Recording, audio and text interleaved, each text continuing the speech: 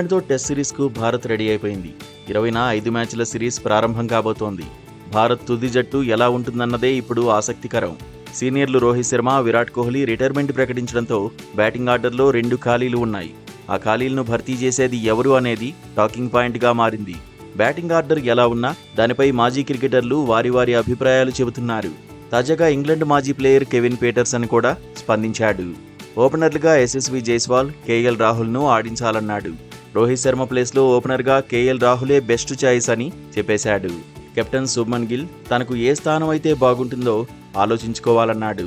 3వ స్థానంలో ఆడాలా లేదంటే 4వ స్థానంలో ఆడాలా అనేది తేల్చుకోవాలన్నాడు. ఎక్కడ బెస్ట్ అనేది శుభ్మన్కే బాగా తెలుస్తుందన్నాడు. టాప్ 5లో సాయి సుదర్శన్ను, కరుణ్ నాయర్ను ఆడించాలన్నాడు. టాప్ 5లో వీళ్ళిద్దరూ ఎక్కడైనా సెట్ అవుతారని పీటర్సన్ చెప్పుకొచ్చాడు. 6వ స్థానంలో స్పెషలిస్ట్ బ్యాటర్ను ఆడించాలన్నాడు. 6వ స్థానానికి ప్లేయర్ పేరును సూచించకపోయినా ప్రత్యేక బ్యాటర్ ఆడితే బాగుంటుందన్నాడు. ఇంగ్లాండ్ కండిషన్స్లో 6వ స్థానాన్ని బ్యాటర్తోనే నింపేయాలన్నాడు. వికెట్ కీపర్ బ్యాటర్ రిషబ్ పంత్ను 7వ స్థానంలో ఆడించాలని కెవిన్ పీటర్సన్ చెప్పుకొచ్చాడు.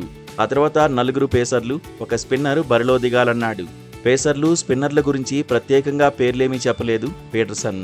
అయితే బౌలింగ్ విభాగాన్ని బుమ్రానే లీడ్ చేయబోతున్నాడు. మరో పేసర్గా సిరాజ్ బరిలో దిగుతాడు అనడంలో డౌట్ లేదు. 3వ పేసర్గా ప్రసిద్ధి కృష్ణ పేరే గట్టిగా వినిపిస్తోంది. 4వ సీమర్గా నితీష్ కుమార్ రెడ్డి గాని, శార్దూల్ ఠాకూర్ గాని సేవలందించే అవకాశాలు ఉన్నాయి. స్పిన్నర్గా జడేజా ఛాన్స్ కొట్టేయడం ఖాయమే. మరోవైపు శుభ్మన్ గిల్ టెస్ట్ కెప్టెన్గా లీడ్స్లోనే ఎంట్రీ ఇవ్వబోతున్నాడు. కెప్టెన్సీ కొత్తే అయినా ఫీల్డ్లో రోహిత్, కోహ్లీని చూసి చాలా విషయాలే నేర్చుకున్నాడని మాజీలు అంటున్నారు. కెప్టెన్సీ పరంగా రోహిత్, కోహ్లీని కలిపితే శుభ్మన్ గిల్ అనే వాదన కూడా వినిపిస్తోంది.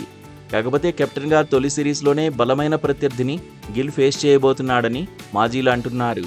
కుర్ర జట్టుతో సంచలనాలు సృష్టించగలిగితే కెప్టెన్గా శుభ్మన్ గిల్ ఇమేజ్ ఒక్కసారిగా పెరిగిపోతుందంటున్నారు.